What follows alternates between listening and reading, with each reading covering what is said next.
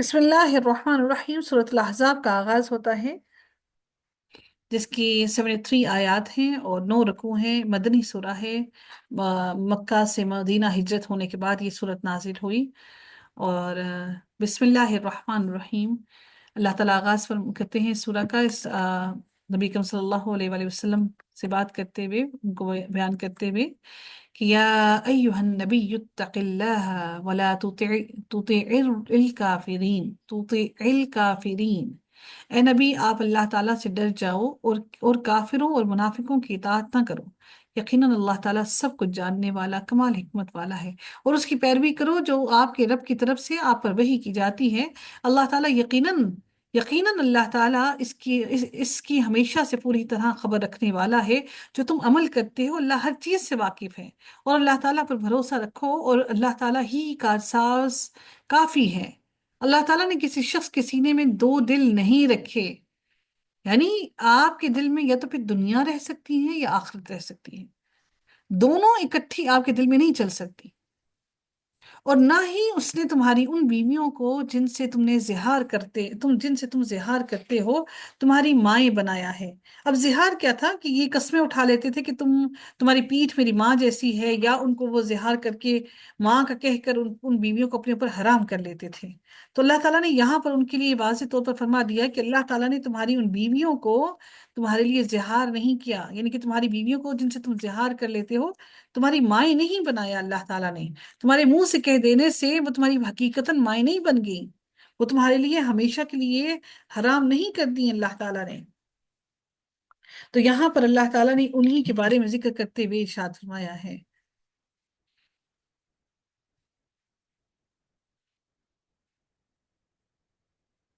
اچھا، اس کے بارے میں جو دو دل ہیں، اس کے بارے میں بعض کہتے ہیں کہ مشرکین مکہ میں سے ایک شخص جس کا نام جمیل بن معمر فہری تھا، جو بہت ہی بڑا ہوشیار اور مکار اور نہایت تیز تراز ہوا کرتا تھا، اس کا دعویٰ تھا کہ میرے تو دو دل ہیں، جن میں سے ایک جو ہے وہ سوچتا سمجھتا ہے، جبکہ محمد صلی اللہ علیہ وآلہ وسلم کا ایک ہی دل ہے۔ یہ آیت اللہ تعالیٰ نے اسی کے بارے میں نازل فرمائی ہے۔ اور بعض مفسرین کہتے ہیں کہ اس میں دو مسئلے بیان کیے گئے ہیں کہ یعنی کہ جس طرح ایک شخص کے دو دل نہیں ہو سکتے، اسی طرح اگر کوئی شخص اپنی بیوی سے زہار کر لے، یعنی یہ کہہ دے کہ تیری پشت میرے لیے ایسے ہے جیسے میری ماں کی پشت ہے، تو اس طرح کہنے سے اس کی بیوی اس کی ماں نہیں بن سکتی ہے۔ یوں اس کی دو مائیں نہیں ہو سکتی ہیں، یعنی کہ اس کو پیدا کرنے والی دو مائیں نہیں ہو سکتی ہیں۔ اسی طرح کوئی شخص کسی کو اپنا بیٹا یا لے پالک بنا لے تو وہ اس کا حقیقی بیٹا بھی ہرگز نہیں ہو سکتا، بلکہ وہ بیٹا تو اپنے باپ ہی کا رہے گا، اور اس کے دو باپ بھی نہیں ہو سکتے۔ اس لیے اللہ تعالیٰ نے یہ آیت یہاں پر دو دل کا پہلے ذکر کیا، جس طرح ایک جسم میں دو دل نہیں ہو سکتے، اسی طرح زہار کی ہوئی بیویاں تمہاری مائیں نہیں ہو سکتی، تمہاری دو مائیں اپنے پتن سے دو مائیں اکٹھی تمہیں نہیں نکال سکتی۔ اور تم ایک ہی باپ کے نطفہ ہو، تم دو باپوں کے نطفے نہیں ہو سکتے، یعنی کہ ایک ہی باپ کی اولاد ہو سکتے ہو۔ اللہ تعالیٰ فرماتے ہیں کہ یہ تمہارے منہوں کی باتیں ہیں، یہ صرف تم اپنے منہ سے باتیں کرتے ہو، یہ وہی ہے صرف۔ اور اللہ تعالیٰ حق فرماتا ہے اور وہی سیدھا راستہ دکھاتا ہے۔ منہ بولے بیٹوں کو ان کے باپوں کی نسبت سے پکارو، ان کو اصل باپ کے نام سے پکارو، یہی اللہ تعالیٰ کے نزدیک زیادہ انصاف والا طریقہ ہے۔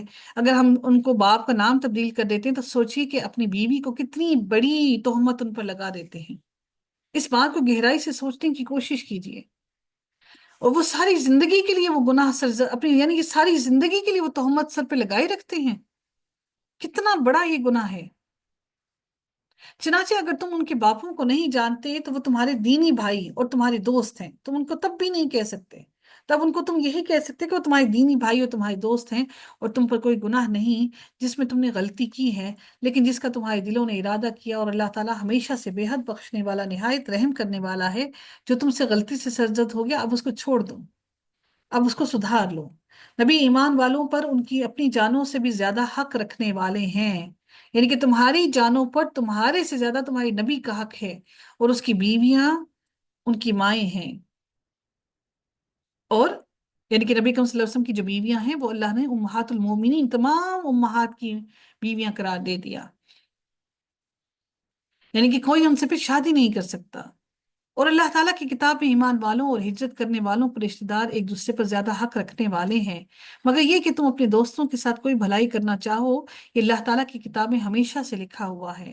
ایک صحابی ہیں، بہت بہت بلند مرتبہ صحابی، اور ان کے اوپر الزام یہ لگایا جاتا ہے کہ انہوں نے حضرت عائشہ رضی اللہ تعالیٰ عنہ سے نکاح انہا سے نکاح کرنے کی خواہش ظاہر کی، اور ان کے پاس نبی اکرم صلی اللہ علیہ وسلم کی وفات کے بعد انہوں نے نکاح کا پیغام بھجوایا۔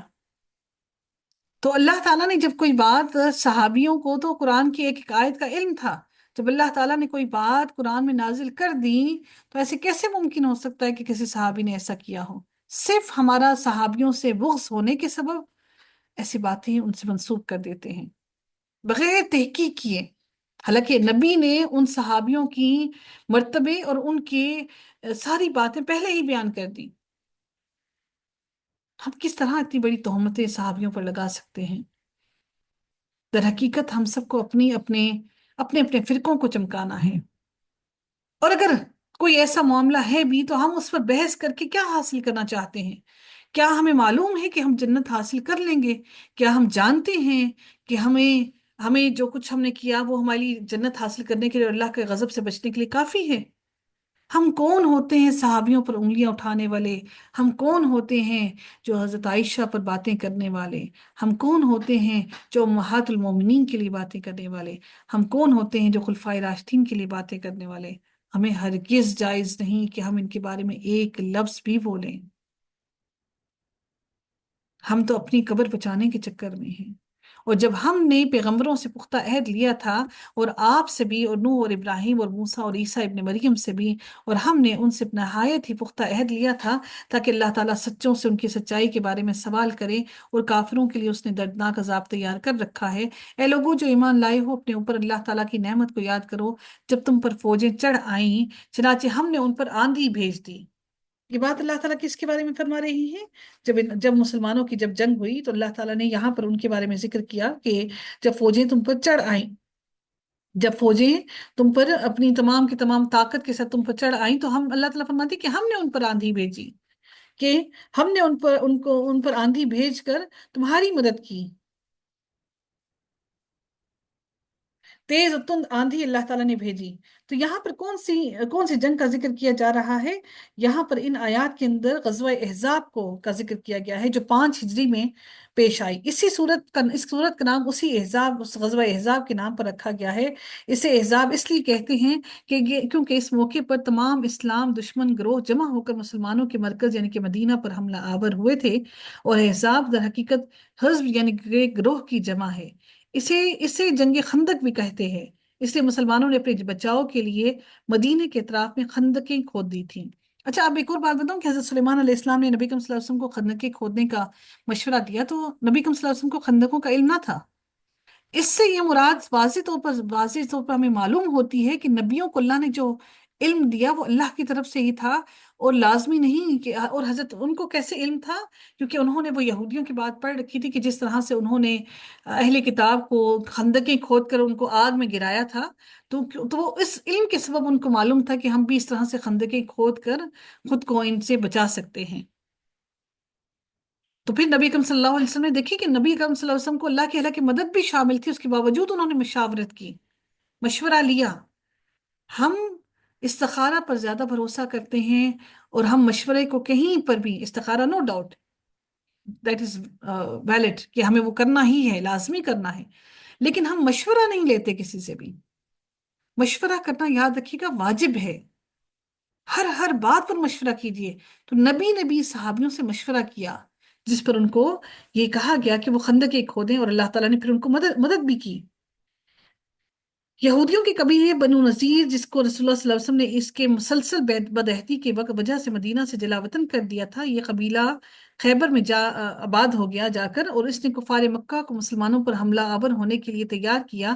اسی طرح غطفان وغیرہ قبائل اور نجد کو بھی امداد کا یقین دلا کر آمادہ کیا، اور قتال کرنے کے لیے، جنگ کرنے کے لیے یہاں پر ساتھ لے کر آئے، اور یوں یہ یہودی اسلام اور مسلمانوں کی تمام دشمنوں کو اکٹھا کر کے مدینہ پر حملہ کرنے کے لیے آئے، اور وہ کامیاب ہو گئے اس پر۔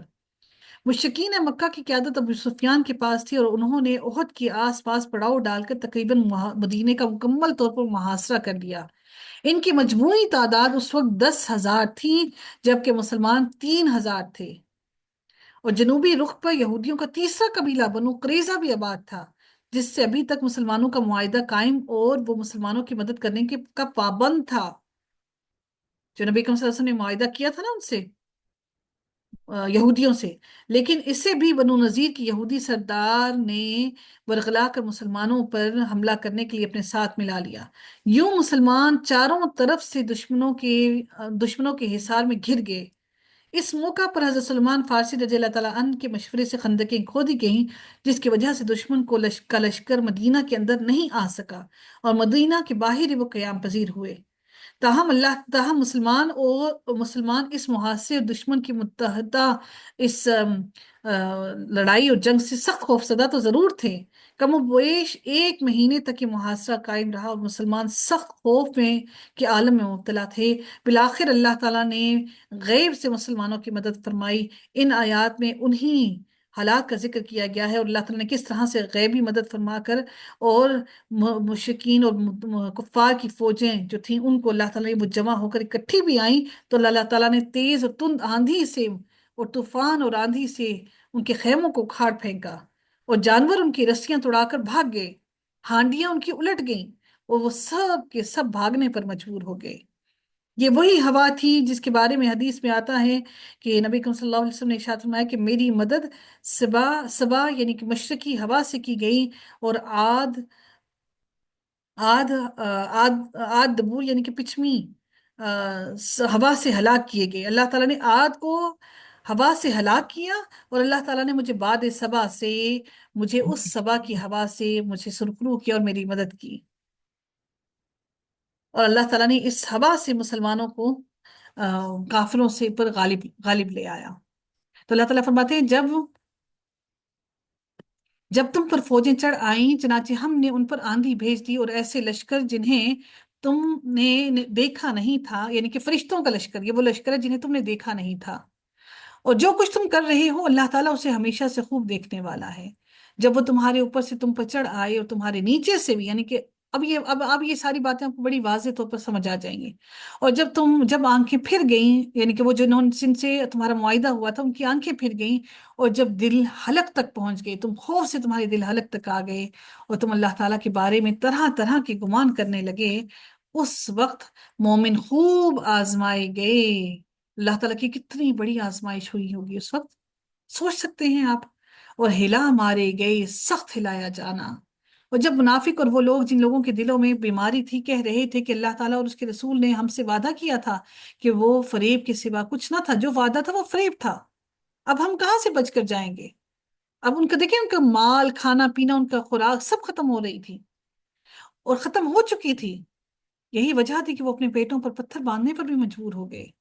اور جب ان میں سے ایک گروہ نے کہا کہ اے اہل یثرب، تمہارے لیے کوئی ٹھہرنا نہیں، چنانچہ لوٹ جاؤ، اور ان میں سے ایک گروہ نبی سے اجازت مانگتا تھا، وہ کہہ رہے تھے کہ یقیناً ہمارے گھر غیر محفوظ ہیں، حالانکہ وہ ہرگز غیر محفوظ نہ تھے، یعنی کہ وہ جنگ میں جانا نہیں چاہتے تھے۔ انہوں نے کہا کہ ہم واپس لوٹنا چاہتے ہیں کہ ہمارے گھروں کو، کہیں ہمارے گھر والوں کو، اہل و عیال کو یہ مار ہی نہ ڈالیں۔ وہ بھاگنے کے سوا اور کچھ ارادہ نہ کر رہے تھے، اور اگر مدینہ کے اطراف پر ان پر کوئی دشمن گھس آتا، پھر ان سے فتنہ برپا، جنگ کرنے کا سوال کیا جاتا، تو وہ اسے ضرور کر گزرتے اور اس سے دیر نہ کرتے، مگر تھوڑے بلا شبہ وہ اللہ تعالیٰ کے یقیناً پہلے عہد کر چکے تھے کہ وہ پیٹھ نہ دکھائیں گے، اور اللہ تعالیٰ کا عہد ہمیشہ سے پوچھا جانے والا ہے۔ اے نبی، آپ کہہ دیں کہ اگر تم موت یا قتل سے بھاگو تو یہ فرار تمہیں ہرگز فائدہ نہیں دے گی، اور تب تمہیں بہت ہی تھوڑا فائدہ پہنچایا جائے گا۔ آپ کہہ دیں کہ کون ہے جو تمہیں اللہ تعالیٰ سے بچا سکتا ہو، اور اگر وہ تمہیں نقصان پہنچانے کا ارادہ کر لے یا تم پر رحمت کا ارادہ کر لے، اور وہ اللہ تعالیٰ کے سوا اپنا کوئی دوست اور مددگار نہیں پائیں گے۔ یقیناً تم میں رکاوٹیں ڈالنے والوں کو اللہ تعالیٰ خوب جانتا ہے، اور وہ اپنے بھائیوں سے کہنے والوں کو کہ ہماری طرف آؤ، اور وہ لڑائی میں کم ہی آتے ہیں، تمہارے بارے میں سخت بخیل ہیں۔ چنانچہ جب کوئی خوف آ جائے تو آپ انہیں دیکھتے ہیں کہ وہ آپ کی طرف دیکھتے ہیں، اور ان کی آنکھیں اس شخص کی طرح گھومتی ہیں جس پر موت کی غشی طاری کی جا رہی ہو۔ پھر جب خوف دور ہو جاتا ہے تو مال کے حریص ہو کر تیز زبانوں کے ساتھ، برے الفاظ کے ساتھ آپ کو تکلیف دیتے ہیں۔ یہ لوگ ایمان والے نہیں ہیں، یہ لوگ ایمان نہیں لائے تو اللہ تعالیٰ نے ان کے اعمال ضائع کر دیے ہیں، اور یہ اللہ تعالیٰ پر ہمیشہ سے بہت ہی آسان ہے کہ تمہارے اعمال کو ضائع کر دے۔ وہ سمجھتے ہیں کہ فوجیں ابھی نہیں گئیں، اور اگر فوجیں پھر آ جائیں تو وہ پسند کریں گے کہ کاش واقعی وہ بدوؤں کے ساتھ بادہ نشین ہوں، ان کے ساتھ کھڑے ہوں بدوؤں کے ساتھ، کہ وہ تمہاری خبروں کے بارے میں پوچھتے رہتے ہیں، اور اگر وہ تمہارے درمیان ہوتے تو بہت ہی کم تمہارے ساتھ لڑنے کے لیے تیار اور آمادہ ہوتے۔ بلا شبہ یقیناً تمہارے لیے اللہ کے رسول ہمیشہ سے بہترین نمونہ ہے، اور ہر اس شخص کے لیے جو اللہ تعالیٰ اور آخرت کے دن کی امید رکھتا ہو، اور اللہ تعالیٰ کے کثرت سے یاد کرتا ہو۔ اور جب ایمان والوں نے فوجوں کو دیکھا تو انہوں نے کہا کہ یہ وہی چیز ہے جس کا اللہ تعالیٰ اور اس کے رسول نے ہم سے وعدہ کیا تھا، اور اللہ تعالیٰ اور اس کے رسول نے سچ کہا، اور اس چیز نے ان کے ایمان اور اطاعت میں مزید اضافہ کیا۔ مومنوں میں بعض ایسے بھی ہیں جنہوں نے سچ کیا جو انہوں نے اللہ سے عہد کیا تھا، چنانچہ ان میں سے کچھ نے اپنی نظر پوری کر دی، اپنی بات جو تھی اس کو پوری کر دیا، اور ان میں سے ہے جو انتظار کر رہا ہے، اور انہوں نے کچھ بھی تبدیلی نہیں کی، ذرا بھی انہوں نے اپنی بات میں کوئی بھی تبدیلی ہرگز نہ کی، تاکہ اللہ تعالیٰ سچوں کو ان کی سچائی کی جزا دے، اور منافقوں کو اگر چاہے تو عذاب دے یا ان کی توبہ قبول فرمائے۔ یقیناً اللہ تعالیٰ ہمیشہ سے بے حد بخشنے والا، نہایت رحم کرنے والا ہے۔ اور جن لوگوں نے کفر کیا اللہ تعالیٰ نے انہیں ان کے غصے کے ساتھ ہی لوٹا دیا، وہ کوئی فائدہ حاصل نہ کر سکے، اور مومنوں کی طرف سے قتال میں اللہ تعالیٰ کافی ہو گیا، ان کے لیے اللہ تعالیٰ نے اپنے فرشتوں کے ذریعے مدد بھیجی، اور اللہ تعالیٰ ہمیشہ سے بڑی قوت والا، سب پر غالب ہے، وہ کبھی اس کو کوئی مغلوب نہیں کر سکتا، وہ سب پر غالب ہے۔ اور اہل کتاب میں سے جن لوگوں نے کافروں کی مدد کی تھی اللہ تعالیٰ انہیں ان کے قلعوں سے اتار لایا، یعنی جو قلعے میں جا کے آباد ہو گئے، اللہ تعالیٰ ان کو ان کے قلعوں سے اٹھا کر لے آیا۔ یعنی مسلمانوں کو ان سے لڑنے کی ضرورت ہی پیش نہیں آئی، بلکہ اللہ تعالیٰ نے ہوا اور فرشتوں کے ذریعے بھی مومنوں کی مدد کی، اور اللہ تعالیٰ ان کو ہر ہر جگہ سے ان کو لے کر اکٹھا کر کے لے آیا۔ ایک اللہ کے سوا کوئی معبود نہیں، اور اس نے اپنا وعدہ سچ کر دکھایا، اپنے بندے کی مدد کی، اپنے لشکر کو سرخرو کیا، اور تمام گروہوں کو اکیلے اس نے ہی شکست دے دی، ایک اللہ نے ہی شکست دے دی۔ اس کے بعد کوئی شے نہیں، یعنی کہ کوئی شے نہیں جو جو ان کو اس سے روک سکے، ان کو اس دین سے روک سکے۔ یہاں پر اللہ تعالیٰ نے غزوہ بنی قریظہ کا ذکر کیا ہے، جیسا کہ پہلے گزرا ہے کہ اس قبیلے نے بنو قریظہ جو ہے، اس قبیلے نے عہد کو توڑ کر جنگ احزاب میں مشرکوں اور دوسرے یہودیوں کا ساتھ دیا تھا۔ چنانچہ اللہ تعالیٰ نے جنگ احزاب سے، جب وہ واپس جنگ احزاب سے آ کر رسول اللہ صلی اللہ علیہ وسلم ابھی غسل ہی فرما رہے تھے کہ حضرت جبرائیل علیہ السلام آگے اور کہا کہ آپ صلی اللہ علیہ وسلم نے ہتھیار رکھ دیے، ہم فرشتوں نے تو ابھی تک نہیں رکھے۔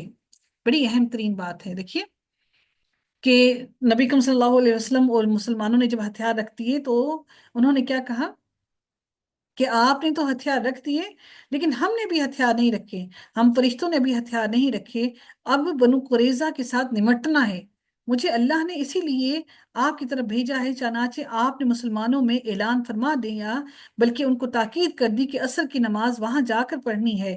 ان کی آبادی مدینے سے چند میل کے فاصلے پر تھی، یہ اپنے قلعوں میں بند ہو گئے تھے۔ باہر سے مسلمانوں نے ان کا محاصرہ کر لیا، جو کم و بیش 25 روز تک جاری رہا۔ بالآخر انہوں نے سعد بن معاذ کو اپنا ثالث یعنی کہ درمیانی فیصلہ کرنے کے لیے ان کو مقرر کیا کہ وہ ہماری طرف سے فیصلہ کریں، تسلیم کر لیا کہ وہ جو فیصلہ ہمارے بارے میں کریں گے ہمیں منظور ہوگا۔ چنانچہ انہوں نے یہ فیصلہ دیا کہ ان میں سے لڑنے والے لوگوں کو قتل کر دیا جائے، اور بچوں اور عورتوں کو قیدی بنا لیا جائے، اور ان کا مال مسلمانوں میں تقسیم کر دیا جائے۔ نبی اکرم صلی اللہ علیہ وآلہ وسلم نے یہ فیصلہ سن کر، یہی فیصلہ آسمانوں کے اوپر اللہ تعالیٰ کا بھی فیصلہ ہے یہ فرمایا کہ اللہ تعالیٰ کی طرف سے بھی یہی فیصلہ آیا۔ اس کے مطابق ان کی جنگ جو افراد کی گردنیں اڑا دی گئیں، اور جن لوگوں نے جنگ کی تھی مسلمانوں کے ساتھ ان کی گردنیں اڑا دی گئیں، اور مدینہ کو ان کی ناپاک وجود سے پاک کر دیا گیا، کن کو؟ بنو قریظہ سے۔ تو یہ اس کے بارے میں ڈیٹیل سے احادیث صحیح بخاری میں غزوہ خندق کے باب کے اندر موجود ہیں۔ اور بعض نے اس سے خیبر کی زمین مراد دی ہے، کیونکہ اس کے بعد بھی 6 ہجری میں صلح حدیبیہ کے بعد مسلمانوں نے خیبر فتح کیا۔ بعض نے کہا کہ مکہ ہے، اور بعض نے ارض فارس اور روم کو یہ قرار دیا۔ بہرحال جو بھی معاملہ تھا، اللہ تعالیٰ نے مسلمانوں کو فتح نصیب فرمائی، اور اس نے ان کے دلوں میں روب ڈال دیا۔ ان کے ایک گروہ کو تم قتل کر رہے تھے، یعنی کہ یہ وہی بات آئی جن کا فیصلہ ہوا کہ ان کو قتل کر دیں، اور دوسرے گروہ کو تم قید کر رہے تھے، یہ وہی بات جو بچوں کو اور عورتوں کو قید کرنے کا کہا گیا۔ اور اس نے تمہیں ان کی زمین کا اور ان کے گھروں کا اور ان کے مالوں کا اور اس زمین کا وارث بنا دیا جس کو تم نے پامال نہیں کیا، یعنی کہ تم نے اس کو پامال نہیں کیا، اللہ نے تمہیں بغیر جنگ کے اس کا وارث بنا دیا۔ اور اللہ تعالیٰ تو ہمیشہ سے ہر چیز پر پوری قدرت رکھنے والا ہے۔ اے نبی، اپنی بیویوں سے کہہ دو کہ اگر تم دنیا کی زندگی اور اس کی زینت کا ارادہ رکھتی ہو تو آؤ میں تمہیں کچھ مال و متاع دے دوں، یعنی کہ میرے پاس اتنا کچھ نہیں، مجھے اللہ نے آخرت کے لیے اس ایک پیغام کے لیے بھیجا ہے۔ اگر تم دنیا کی زینت چاہتی ہو تو میں تمہیں مال و متاع دے کر تمہیں رخصت کر دوں اور تمہیں طلاق دے دوں اور اچھے انداز سے تمہیں رخصت کر دوں۔ اب یہ ہوا کیا تھا، فتوحات کے نتیجے میں جب مسلمانوں کی حالت پہلے کی نسبت کچھ بہتر ہو گئی تو انصار و مہاجرین کی عورتوں کو دیکھ کر ازواج مطہرات نے بھی اپنا نان نفقے میں اضافے کا مطالبہ کر دیا۔ تو نبی اکرم صلی اللہ علیہ وآلہ وسلم چونکہ سادگی پسند تھے، اس وقت نبی اکرم صلی اللہ علیہ وآلہ وسلم کے اوپر یہ آیت نازل ہوئی جس پر یہ کہا گیا کہ اگر تم دنیا کا مال و متاع چاہتی ہو تو میں تمہیں کچھ مال دے کر تمہیں رخصت کر دوں، اور اگر تم اللہ تعالیٰ اور اس کے رسول اور آخرت کا ایک گھر کا ارادہ رکھتی ہو تو یقیناً اللہ تعالیٰ نے تم میں سے نیکی کرنے والیوں کے لیے بڑا اجر تیار کر رکھا ہے۔